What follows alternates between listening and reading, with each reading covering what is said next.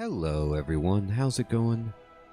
Dr. Incompetent here, and let's play some Slay the Spire in this 2022 Complete Beginner's Guide, continuing on with the Defect. So this series began as anyone would begin the game for the first time with the Ironclad. We had a full clear, we unlocked the Silent, and the previous few episodes were our full clear with the Silent. Now we've unlocked the Defect, and we are moving on to this character. We're going to talk about learning the Defect. We're going to go through all of the decisions I would make in a run, choosing cards, and explain the philosophy and strategy of this character. We won't be talking about basics of the game because we did that back in episode 1 of the series. So if you're interested in diving in from the very beginning of the journey with a brand new account in 2022, the link is in the description below for the playlist for this series. Alright, so the Defect is, of course, different from the previous two characters, and more fundamentally different than the Silent is different from the Ironclad in terms of a new mechanic being introduced to the game with orbs. So one quick way to think about things would be that the Ironclad is about attacks, the Silent is about skills / spells, and the Defect is about powers. And that's not necessarily 100% useful, but it does give you a sense of where you might want to be thinking about exercising your might as a character. Now, of course, I say that very, very loosely because I think that for the most part, you know, the Defect has the best powers of those classes, and therefore is, you know, more focused on that element to scale their game. But at the same time, you have runs where you win with very few powers, and sometimes none. And sometimes you have runs where there's lots and lots of powers. So it can vary dramatically. The most important thing to know about the Defect is that you have a perpetual source of damage, block, potential energy as well in your orbs. Alright, and so we're going to have to learn how this character plays to understand that. So the first thing to know is that we start with 75 hit points and 99 gold when we first get the Defect, and that is more hit points than the Silent, but less than the Ironclad. And our starting relic affects the orbs because at the start of combat we channel 1 lightning. Now, this is harder to explain until we see the character, so I'm going to wait until that point, and let's go for it. We're going to embark. So again, we get to look at the whale and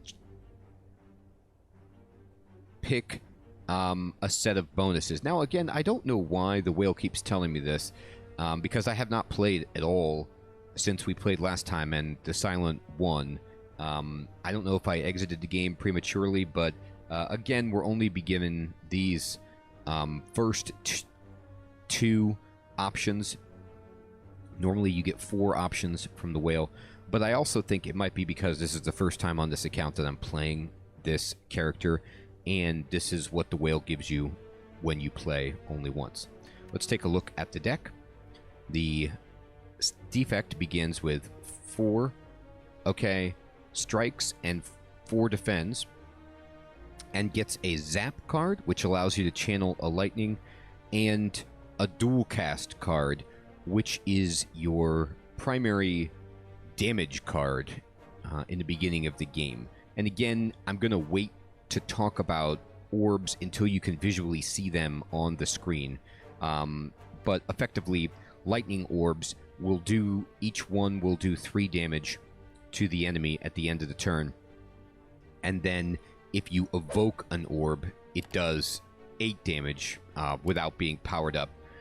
And so that means that dual cast can evoke a lightning orb for 16 damage. So effectively you can do one energy for 16 damage, which is a crazy amount.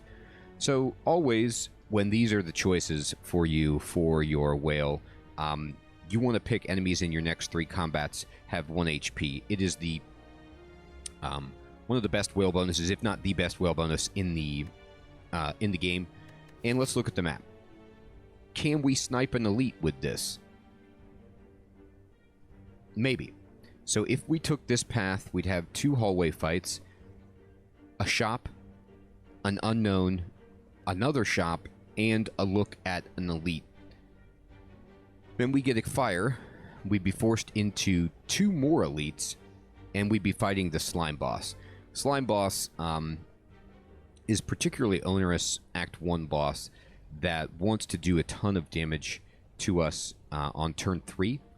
And so we're going to want to either defend through that or split him convincingly before that moment. We'll talk about that when we get to it, but it's a boss that when it splits can do even more damage, and so AoE is something that's very, very helpful, as is some single target damage for getting through that. Now, this path might be ideal for taking advantage of Niao's Lament, but beyond that, it's not great.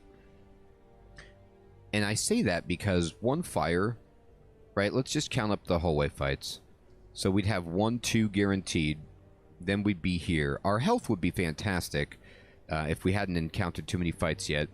And then we'd, upgrade here, potentially get a chest, and then we'd have an elite. But then, after this elite, we'd have, we don't know what, we'd have a 4th hallway fight, so a hard hallway fight, another elite, and then a 5th hallway fight before we can rest again. So it's actually asking a lot of our deck to go through that many fights in this stretch here without having gotten really, really good cards. And if we don't get our deck strong enough at this point, there is no way to get off of that track. So I'm not inclined to want to take that. Let's see how many elites I can get on the other side. I can only get 2 instead of 3, which is less desirable, but let's see if the path is any easier. If I were to go that way, I could get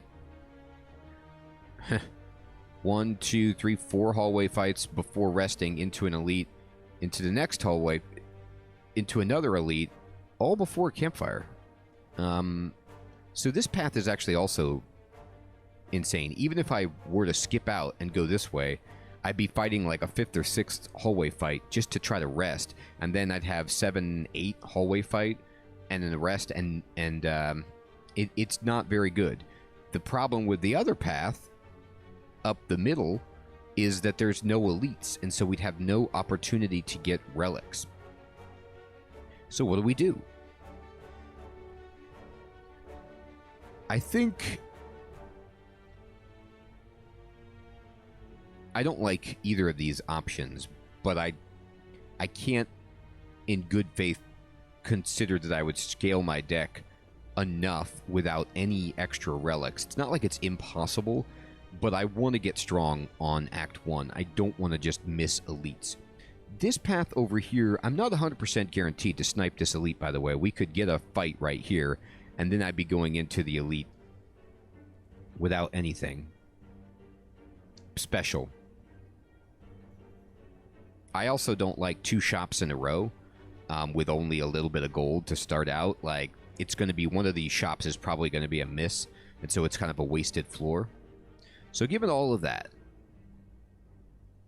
we have Niao's Lament, so we can most probably get to this point at full health, fight 2 hard fights, go here, and then what, not rest again and not rest till here? Man, honestly then, the left side seems like the best plan, because at least I would have a chance to try to rest if I needed it, but I'm not sure. So I know this is a lot of conversation about the pathing, but these are bad choices. And Niao's Lament is great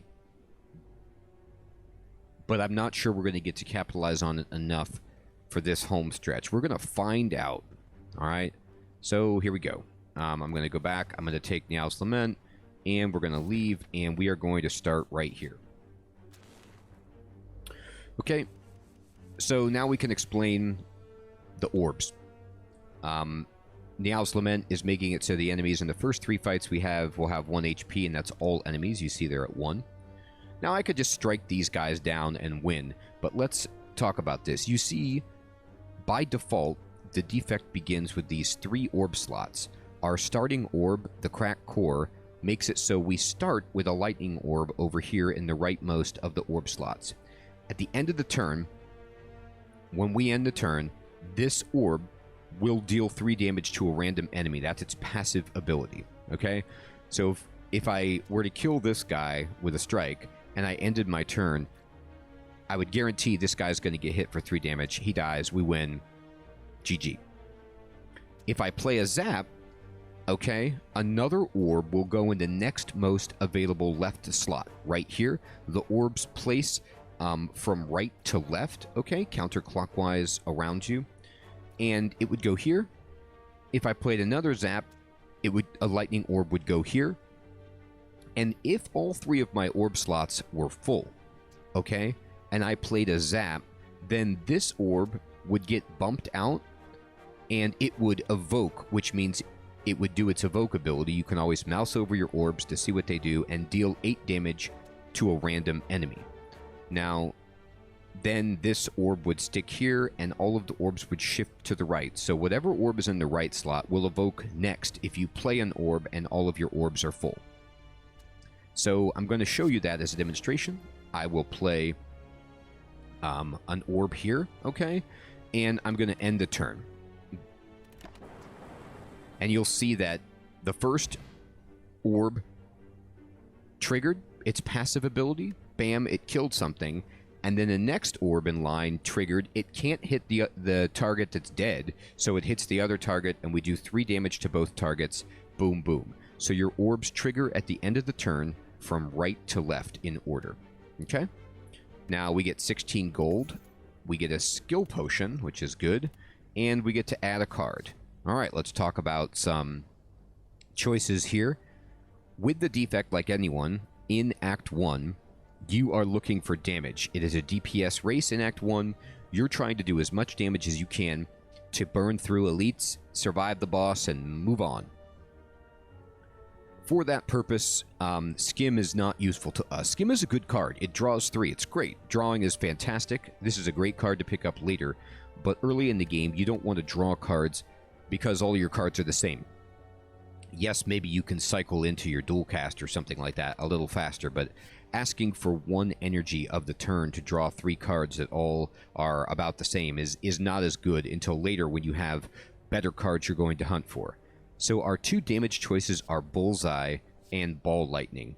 Bullseye is uncommon, Ball Lightning is common. Now, honestly, these are both great cards, but Ball Lightning is like the premium Defect common damage card. It's one of the best common damage cards in the game. Some people will make the argument that it is the best, and it's going to deal 7 damage, which is more than a strike, and then you channel a lightning. Channeling just means you put a lightning orb into play. So it guaranteed is going to do 10 damage. Now, you can't control where the passive orb hits for that next damage, but the thing about orbs, if you're starting to realize how this flows, they trigger every turn. They are guaranteed effects. So even if all you can do the whole turn is block, if you have 3 lightning orbs up there, you're going to do 9 damage. You can't aim it unless there's only 1 target. But it's a tremendous amount of damage. Bullseye is very, very good. It applies Lock-On, which I believe it's the only card in the game that applies this effect. Lock-On makes it so targets receive 50% more damage from orbs, so they take extra damage when they're hit by either evoked or passive lightning orbs. So this is a great boost to your damage, but it is not as good as Ball Lightning. We are thrilled to get a Ball Lightning. It's kind of one of the cards you're just absolutely looking for. Luckily, it's common, all right? Now, this is a reason why The Defect is a fantastic character because a lot of the Defect's cards that are common are very strong and remain strong throughout the game. Whereas some of the other characters, they have common cards that are okay at the beginning of the game but fall off. The Defect is my most played character, by the way. I just like the playstyle of it. Okay, we're going to go into our next fight and try to get a good card reward. It's the Jawworm with 1 hit point. So we'll just end the turn and blast him. 14 gold and some cards. They're pulling out all the stops and showing us great Defect cards. We're very lucky right now. Okay, so Cool-Headed is a tremendous card because it gives you a Frost Orb. Frost Orbs are defensive orbs as the Defect, and what happens is if you have one of those, its passive ability is it will give you 2 block at the end of the turn, and if evoked, it'll give you 5 block. So it's a great way to just have some automatically generated block for turns when you brick and you don't draw a block. That's why I also like the Defect. If you get those orbs going, then you will be in a position to mitigate bricking. And when I said the Defect is all about powers, it's not about all powers, but some powers strengthen your orbs, and really the Defect is all about orbs, but the orbs need the benefit of some powers to maximize their potential and to carry, to hold up for the late game. This is a fantastic card, but it's slow. It's not a card we want to take early in the run unless we absolutely have to, because it's low impact right now. Again, drawing a card is great. Upgraded is where you want to be with this card because it draws 2, but it's too slow right now for us, and it's not enough defend to be impactful. We still need damage. Compile Driver is a sensational Defect card because it does damage and lets you draw a card for each unique orb you have. So that means if you have 3 lightning orbs, you'll only draw 1 card. But if you have a lightning orb, a frost orb, a dark orb, then you would draw 3. If you also happen to have another orb slot and had an energy orb, you would draw 4. So it's anything that lets you draw is beautiful, and this does damage more than the strike and draws, so that's amazing. And then finally you have Barrage, which does 4 damage for each channeled orb. So right now it's not very much. It's hard for us to channel orbs. We do have a lightning orb, but best case scenario, this is 1 energy for 12 damage, which is great. Scales up very nicely with strength, but this card really shines. If you upgrade it, it's 6 damage for each orb, which makes it insane.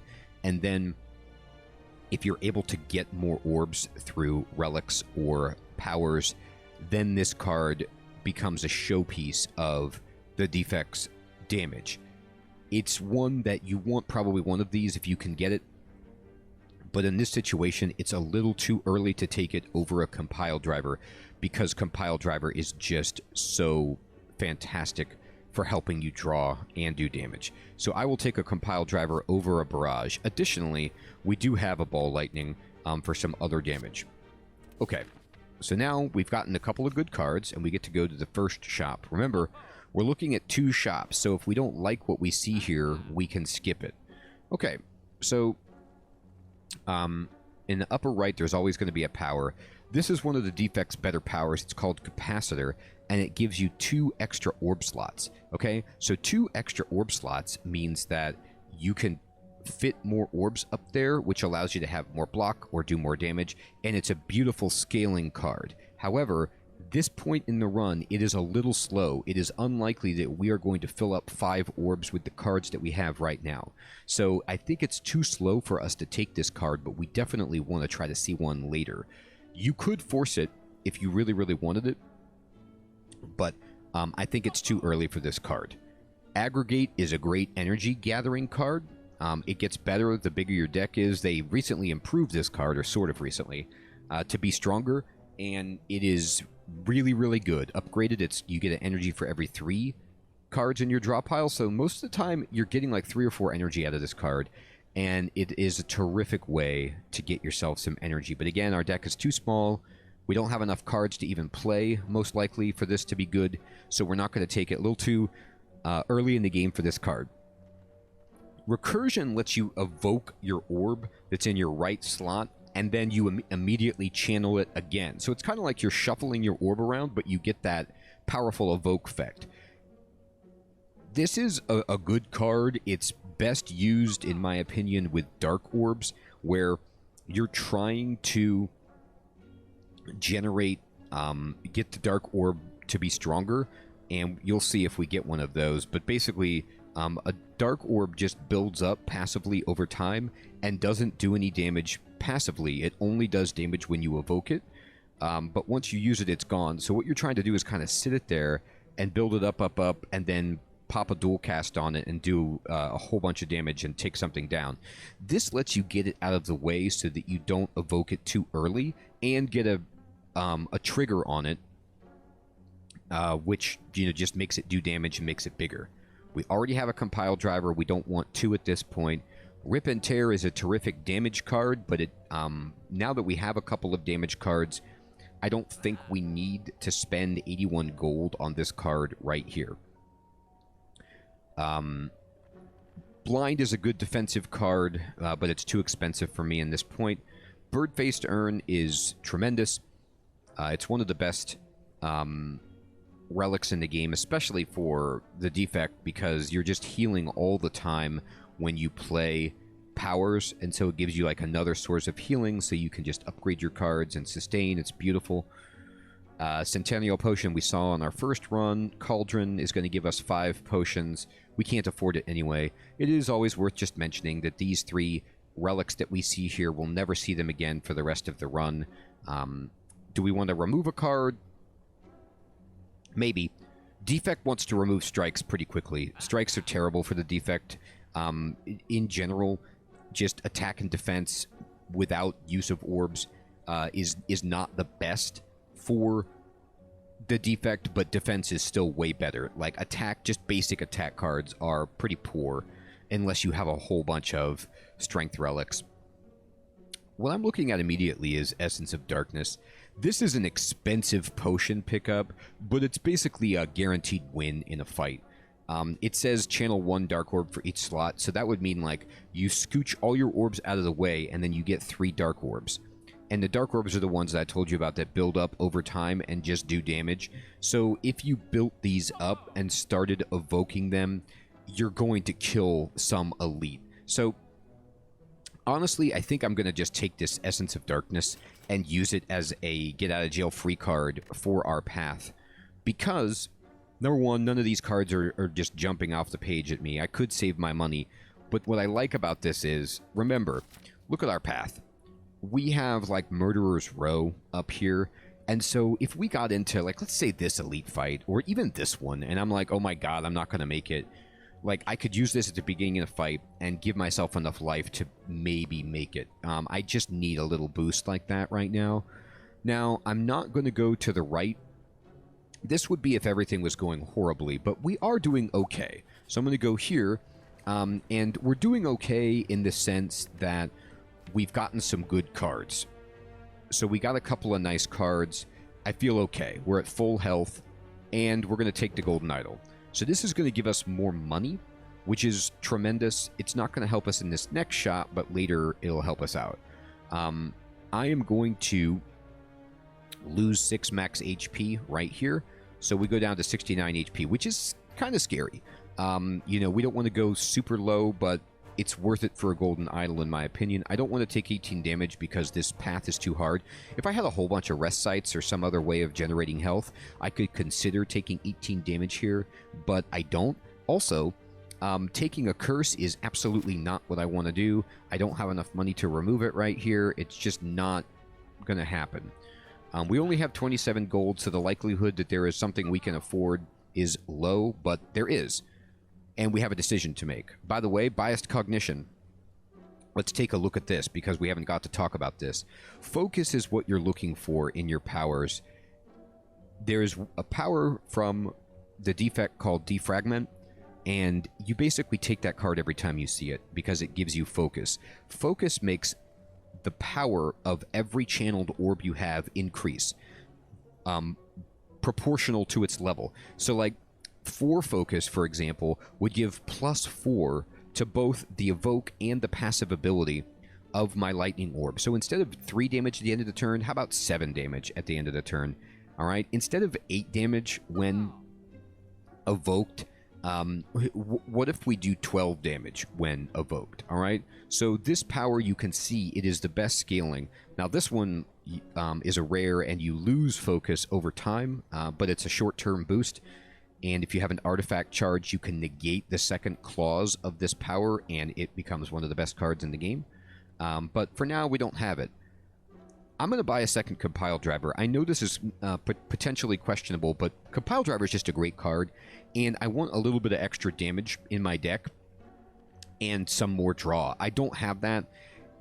I'm only buying this because it's affordable, and if I don't buy something here, the floor becomes a waste. Nothing has happened. So I wouldn't necessarily recommend 2 of these early, but they're not bad, and we can afford it. So I'm going to buy it. Just get myself a boost. And we lucked into sniping this elite with Niao's Lament. So we're going to fight the Tri-Sentries, okay, right now. And this is actually a good one for us to get at the moment. Because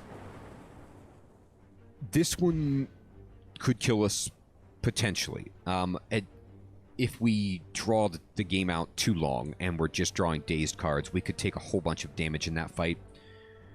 We get 27 gold plus 7 because of our golden statue, so we got 35 total. And we get a pantograph.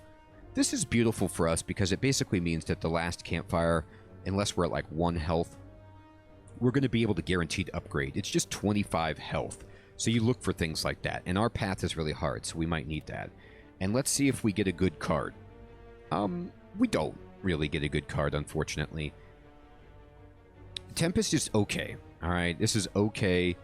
It gives you a lot of lightning, which is decent, but to play an X card means that I don't have to block at all, and that's just pretty unlikely. Claw is a famous trap card or meme card for the Defect. You can get this card working at low Ascension levels, or like right now when we're not on Ascension at all. But for the most part, this card does not scale properly, and people try to make it work as a joke because it seems cool and it can be funny, but it's usually bad. It's a bad card in and of itself, and the combo seems obvious, like, oh, I'll just get a whole bunch of claws and I'll do a whole bunch of damage. But it rarely works that way unless you can thin your deck very aggressively, you have the right relics, and you have some draw.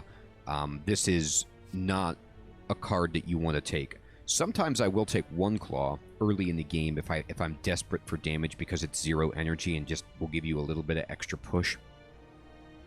But I do not want to be in the business of taking a bunch of these because it will just make my deck a bunch of bad cards. I'm going to take a cool-headed here, even though it's pretty slow, because against Lagavulin, a little bit of extra block is fine, so we'll take it. It's terrible against Gremlin Knob, but what can you do? All right, and I'm going to take this path to the left to get the rest site to try to upgrade a card. Oh man, we lucked out. We got a chest. And look at that. We got an Eternal Feather. So if we had been damaged, we'd heal. Now we have 2 healing sustain relics, okay? And we have a money relic. So we have like some nice long-term stuff, but we still are just lacking an oomph. And I'm really glad that we bought the Essence of Darkness for that oomph. All right, we're going to go here, and we need to upgrade a card. You'll see that we heal from our Eternal Feather. For every 5 cards in our deck, we heal 3 hit points whenever we enter the rest site. So when we get 1 more card, we're going to heal 9 every time we just go to a rest site, regardless of if we rest or not. It's fantastic. Smith, we're going to upgrade. So when you're upgrading with the Defect, some obvious first choices would be to upgrade Zap because it becomes 0 cost, and Dual Cast because it also becomes 0 cost. So it makes it so every time you draw Zap, you can play it, and you can guarantee to be able to play your Dual Cast. Another good one would be to upgrade Cool-Headed, so we draw 2 cards with it, and then we could upgrade Compile Drivers or Ball Lightnings to do extra damage. For me right now, It's an interesting choice. You know, Gremlin Knob is its own thing. I think I'll probably channel Dark Orbs against Gremlin Knob just because I don't have a great deck against Gremlin Knob right now. I don't have a big damage card, and I don't want to stand in there and, excuse me, lose half of my health against Gremlin Knob. I just don't. So, Cool-Headed would be a nice upgrade, but I think I'm going to upgrade Zap. Upgrading Zap is kind of like taking an average card and making it a little bit better, which is good because it's not a great card, but you need this effect early on. And now it's just like every time we draw this card, if it's 0, we can fit it in somehow. It's also great with Compile Driver. Like if we play that at the end of the turn and we draw a 0 energy Zap, we can play it. So it's good with the cards that we have. All right, let's see what chest we can get. And we got a Bag of Prep. Okay, so Bag of Prep is one of the best common relics because it just guarantees that, you know, your first hand is going to be reasonable. Or, well, guarantee is too strong. But it significantly helps your first hand with 2 extra cards. You get a lot of options, and you can plan accordingly. It's so good. Alright, so let's see what fight we get. Okay, and we got Lagavulin first. I'm actually happy to see this, because I want to determine how this fight goes. Alright. So we're going to play Zap right away. Now, Lagavulin is the one where, as long as we don't break the block, it'll stay asleep for 3 turns. So what we have to ask ourselves is there anything we want to get in play before we wake it up? And yes, there is. I'd like to get my Cool-Headed in play if I could, right? So that's my plan. I could, if I wanted to just wake up Lagavulin right now, I could Compile Driver, dual cast, you know, and do a ton of damage on this first turn. But I think I'm better served by waiting and getting my block in play. And I'll show you also how that helps me. The reason getting Cool-Headed in play right now will help us is because, and we're not going to play Ball Lightning, even though it's great. Now, when we do play a card like Ball Lightning or Zap, we will not only evoke this card, we will automatically evoke the right orb, is what I mean to say, because we don't have a slot now to put an orb. So it just makes it so any orb generation is going to do an extra powerful effect for us, which is terrific. I'm going to end the turn. So now we're getting 2 block and doing 6 damage at the end of every turn. And it's time to go. We have to go right now, regardless of what we draw. Let's hope we can draw reasonably well, and we did. I'm going to play Compile Driver right now. We will draw 2 cards. Oh, man, look at this. This is great. This is why upgrading Zap is so fantastic. We're going to play Ball Lightning and hit, and we're going to play Zap and evoke another damage, and we're going to strike. Okay, and we've done a bunch of damage to start out, plus 6 more right here. Okay, so we're 3/4 of the way done. Now we're going to take 20 damage. But what's cool is we push this over to the right, and we ended the turn with the Frost Orb at the beginning, which means we can dual cast, and this turns into 10 block for us, which is great against the 18 damage coming in from Lagavulin. I'm going to play Compile Driver first, however, because I want to play it before I evoke this orb to get myself 2 cards to draw. And you ask, why am I doing that? Well, of course I'm doing that, so I can try to get into my free Zap faster, okay? So I'm going to play this, 1, 2. And I could defend right now. But I think instead, I'm honestly going to play Cool-Headed and just, you know, I have a 1 in 9 chance of drawing a free Zap to do some extra damage, and it will get us Perpetual block for next turn. And the gods are with us. How about that? We lucked into it. We got it. We move this over for potentially using it next turn for some extra block. And there we go. We are going to take 6 damage, of course, but we have all of this healing, so it's okay. I'm saving this for Lagavulin, I think. Okay. Let's play this. Draw 2. Okay. Tremendous. We got it again. We're going to Ball Lightning. Okay. And we're going to just dual cast this to get a bunch of block. We will take 8 damage right here, but we've almost got Lagavulin killed. The other thing about the Defect is the Defect is particularly strong against Lagavulin, because Lagavulin does this effect that will take away our strength and our defense. Our orbs don't care about that. They are not affected by strength or defense, so that means that they will always do the same amount of damage. I'm going to compile driver, see what we get. Okay, ball lightning, strike, and how about that? We just won. We took, 14 damage, but that is completely okay. We got a bunch of gold. We got Pen Nib, which is a ridiculously powerful artifact to get. Now we really want to get something like Barrage and time it up with Pen Nib to just do an insane amount of damage. And we got a Distilled Chaos, which is a great potion that plays 3 cards from our draw pile. And we get to choose a card. Okay. So we don't want a third compile driver. We want to generate orbs more than draw. We've got enough of these. Thunderstrike is just not a good card. It looks like it should be good, but it's just too slow and it's too expensive. And the kicker on it too is that it's random enemies. You can't aim it. It takes a long time to build up, and when you play it, especially now, like, I'm not going to be able to block. It's just unfortunately not strong enough to justify its cost, in my opinion. Sometimes you can get a situation where you make this work. You know, if you have an Echo Form deck and you can make this free and you have a whole bunch of lightning, okay, yeah, but I mean, for me right now, no thanks. And we have a Leap.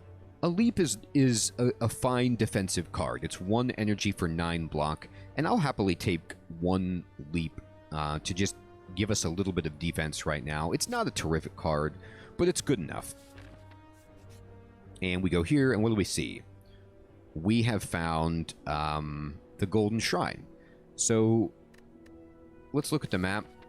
There is no shop coming up, so I'm not going to take Regret. It's a curse that's particularly painful. I'll just take 100 gold and be happy. We'll leave and go here. And we got the double louse fight.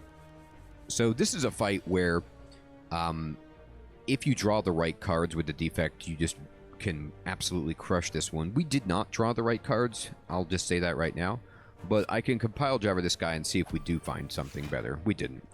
So we're just going to block. The thing that's great about the Defect against the louses is that their curl up ability only triggers from attack damage, so orb damage does not trigger it. So if you draw a dual cast, for example, it will just hit them and not trigger their defense, and you can clean these guys out pretty easily. We should draw a dual cast right here, theoretically. Yeah, and then we can just win. Okay, more money and cards.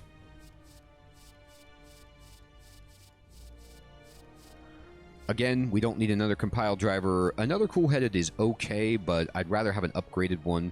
I think a reinforced body is a fine defensive card. It is a great card when you know, like, this turn I really need to defend. It's all in one. So I'm okay taking it.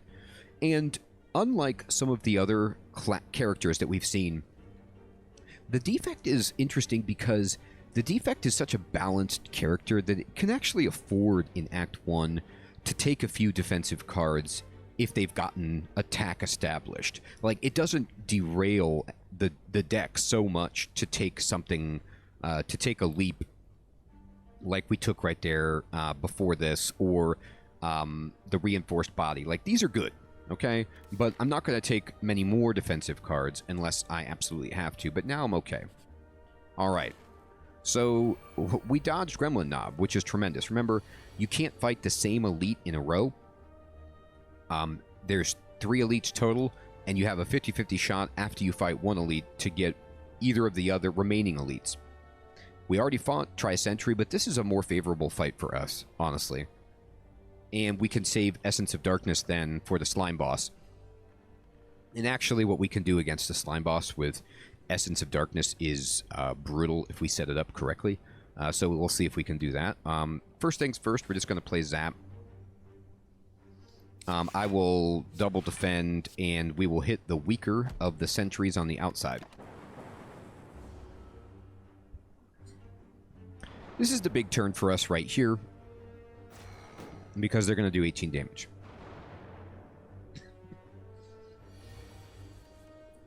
Oh, and we drew exactly what we were looking for right here. So, if I want, I could just play Reinforced Body and pass the turn.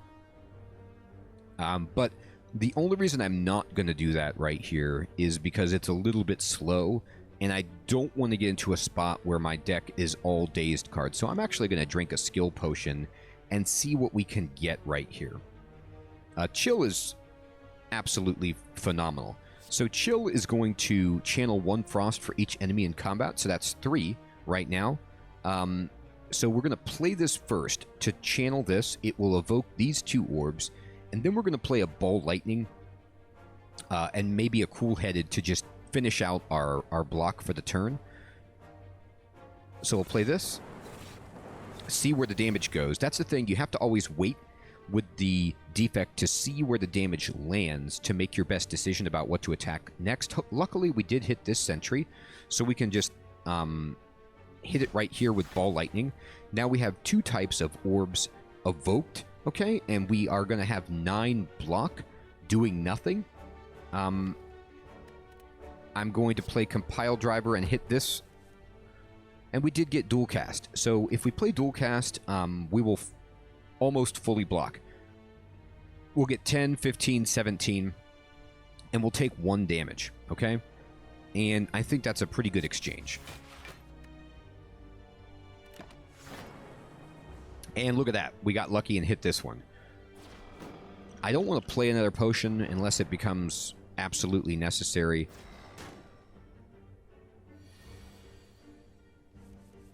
All right, terrific. I'm going to Compile Driver here. All right. Now, this is a very, very greedy play on my part. But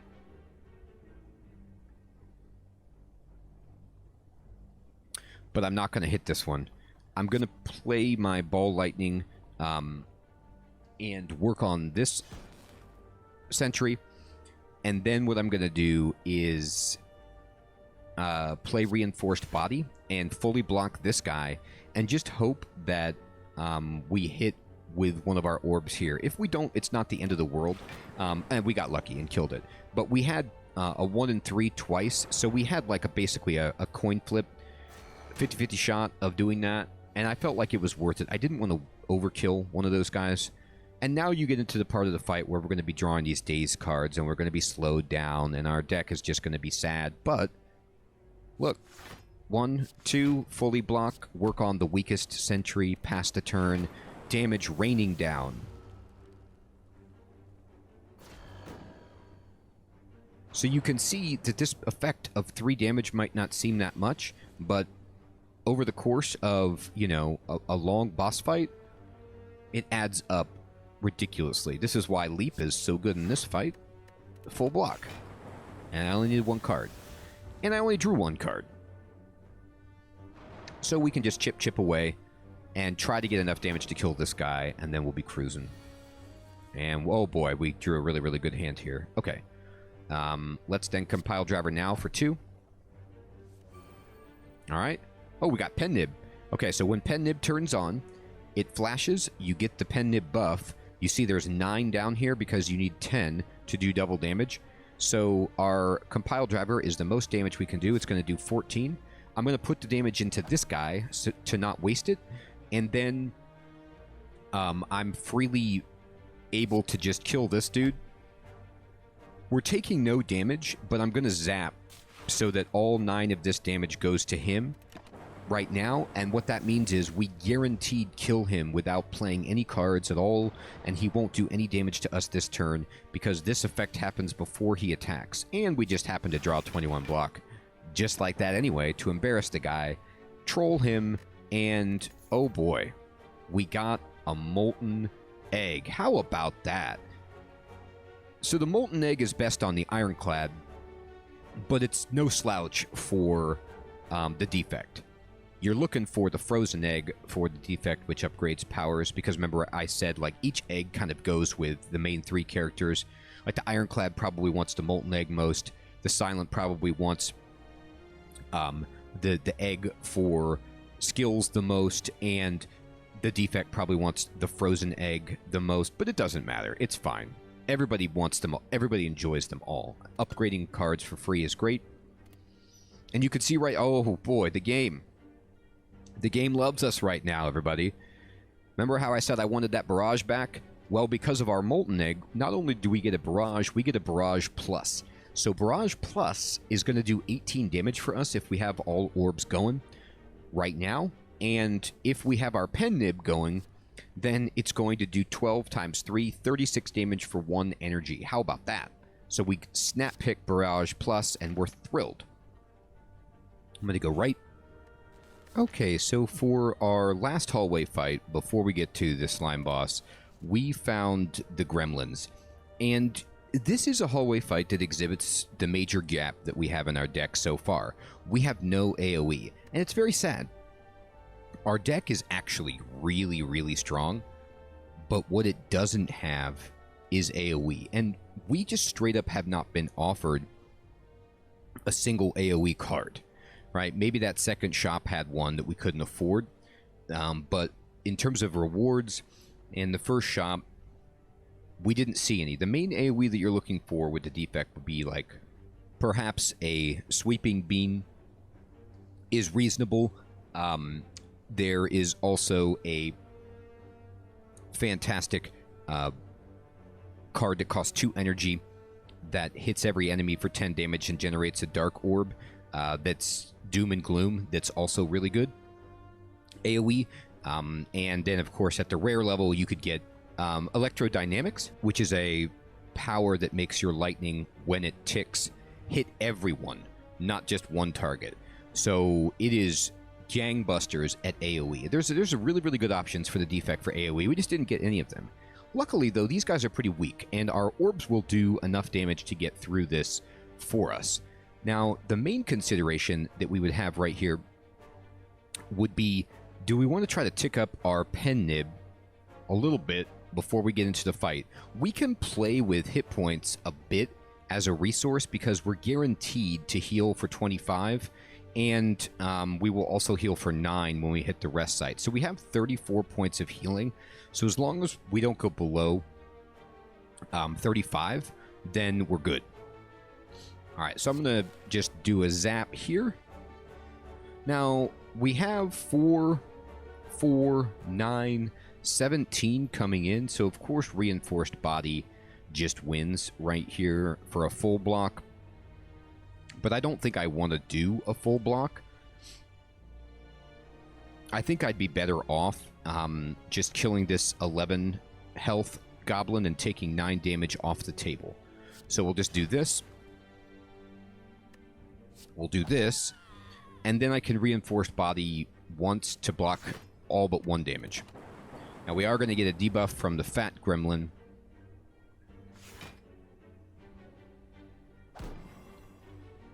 And we're weak, which is annoying, but not that bad. Now, weakness does hurt Barrage considerably, which is why Barrage also... It's a beautiful card, but Lagavulin destroys this card on this act. But we're past him, so we don't have to worry. So I've got 12 damage just sitting here. This guy is shielded, and he also gets a bonus if we attack him. So I'm not going to even mess with that guy. What I'm going to do right now is just... you know what? Let me see what we get. Okay, that's fine. I was going to see. We're just going to barrage and kill Fatty, and then we're going to defend full block, and we're just going to rain down the orbs. Hopefully, well, I was going to say hopefully we don't hit the one that's armored, but we did. And not much we can do about that. This is slow, but we can maintain this now, and what this allows us to do is work on getting our pen nib up a little bit more for when it matters. I'm going to hit this guy. Okay, sure. How about 18 damage?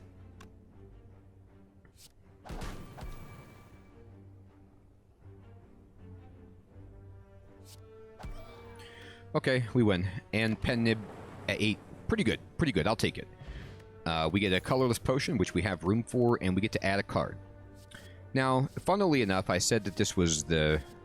I made all this big hullabaloo about how powers are good for the Defect, and they really are. But we haven't seen any gangbusters powers that we could afford yet. And this, unfortunately, is not one of them. And so this is a great example of, number one, take everything I say with a grain of salt. And also, you can't come into Slay the Spire with a singular game plan, thinking like, oh, I should take attacks with the, with this, and I could do, skills with the silent or whatever. Because while that's a useful way to think about things, you can only take what you're offered. And so we have to do the best we can. We have a Molten Egg, which actually trends us in the direction of taking attacks more frequently, right? But in this case, I'm not going to take any of these cards. This card is okay. It's extremely slow. It gives you a random common card in your hand, which can be useful, but we don't really need it right now.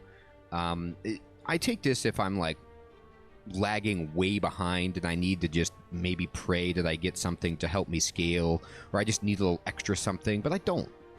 This is good when it's upgraded, and right now it could be helpful to us to double our energy, but right now it's like we have 3 energy, so we play this and we're getting 1 extra energy for a card. So it's just not doing a lot of work for us at this stage in the game.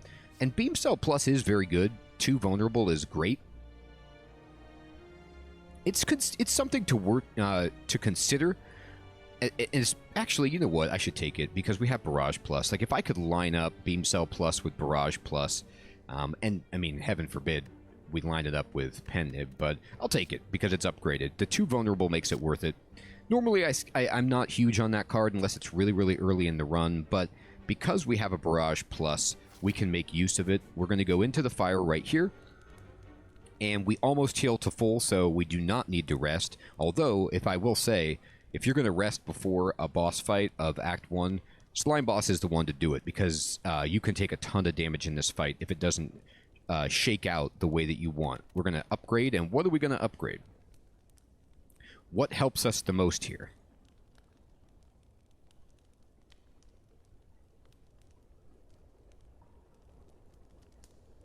I'd say, of course we can make this cost 0. We could get 2 cards here. We could make this block for 12, or we could make this 9 for X. The Ball Lightning and the Compile Driver upgrades are nice, but they're just taking them from 7 to 10 damage, right? They don't increase the other effect, so it's just 3 more damage, which is cool, but not massive.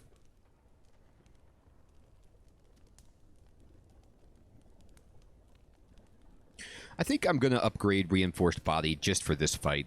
It's a great defensive card to have. We don't have a Glacier. We don't have an Equilibrium, some of the premium block cards for the Defect right now. So this will really, really help us elevate and get a bunch of reach on block if we need it. And let's go. So we are fighting the Slime Boss. This is our first time, I believe. We've now seen all 3 Act 1 bosses. If I'm remembering correctly, I don't think we got this on the first one. I thought we got Hexaghost, but I could be wrong about that. It's been a while. So what do we want to do right here? This guy wears a cool hat. He's going to put a bunch of slime cards in our deck, and he's going to build up, and on turn 3, he's going to want to hit us for a ton. He has this ability called Split, which means if he's at hit points 50% or smaller, he will split into 2 entities with that number of hit points that you split him at that will act independently next turn. So you can interrupt his big hit by splitting him, okay? And that's super, super strong if you can time it right. But if you split it too early, you'll have 2 guys that are just way too formidable for you to deal with. And the trick to the Slime Boss is splitting it with as few hit points as you can possibly do it. So like right now,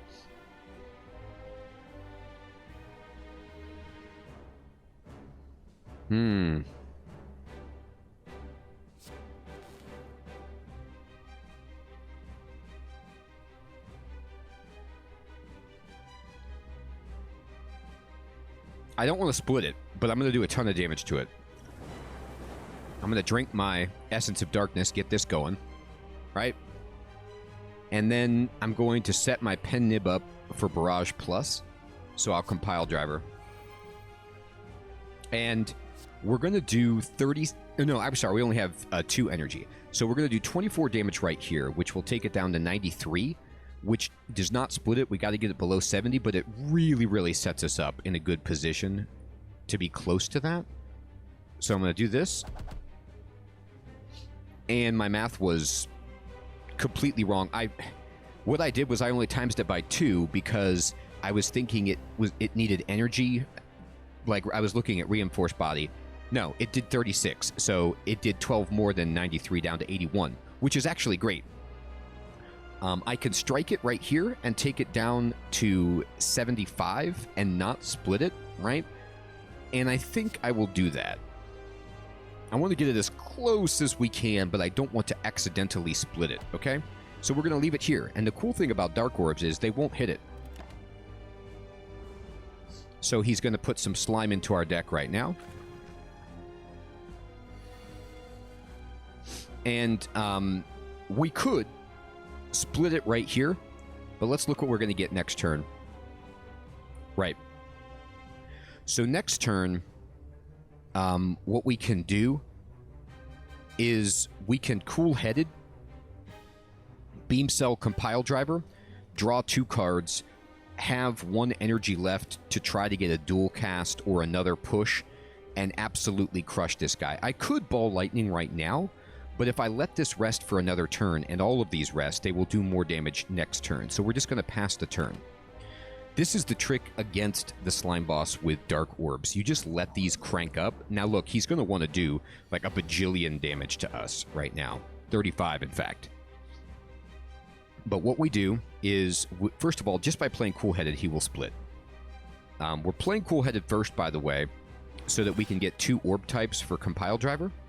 And unfortunately, we drew Reinforced Body, which is not what we wanted to see. We will Beam Cell here, and we will Compile Driver. And we get to draw, and oh, the game!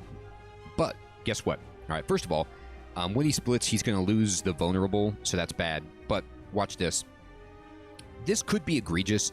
Splitting at 43 is great, by the way. There'll be 2 43s, but I'm just going to drink a Distilled Chaos and try to split this guy lower. Let's see what happens. Strike, strike, strike. 1, 2, 3. And he's vulnerable. So now we split him at 16s, and the first time you split this Slime Boss, I will show you right now. If we draw Dual Cast, by the way, the game's over. For the Slime Boss, it's over. The first time he split, and we did. The first time he splits, you get to split these again. Okay, so we split it. There's 2 16 health Slime Bosses, but we play Dual Cast right here. Dark Orbs, when you evoke them, they target the enemy with the lowest hit points. Okay, so before I didn't really need to mention that because we were only hitting the single target Slime Boss, but now there's 2. So which one does it hit?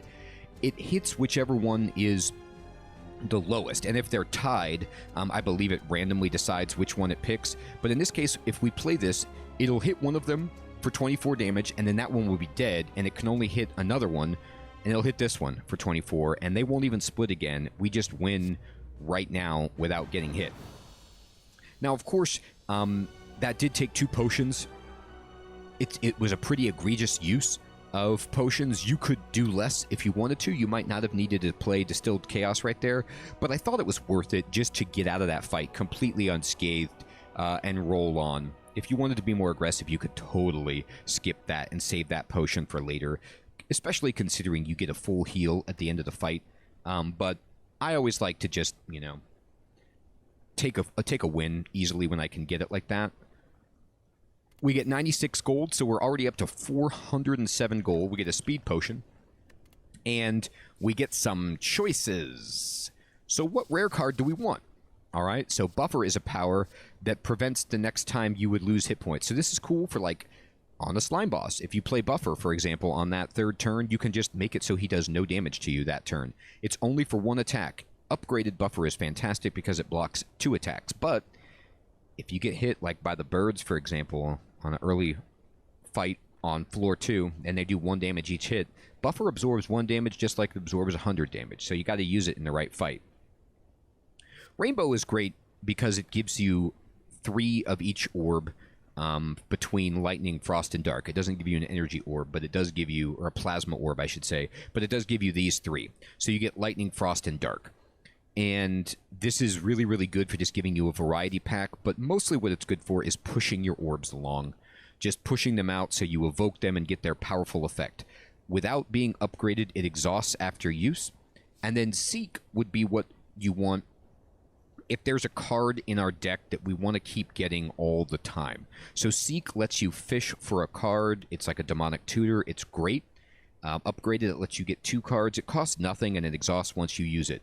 Now, for us, like, what would we be seeking for? You know, Reinforced Body in an emergency, or Barrage if we needed to do some damage or something? Maybe.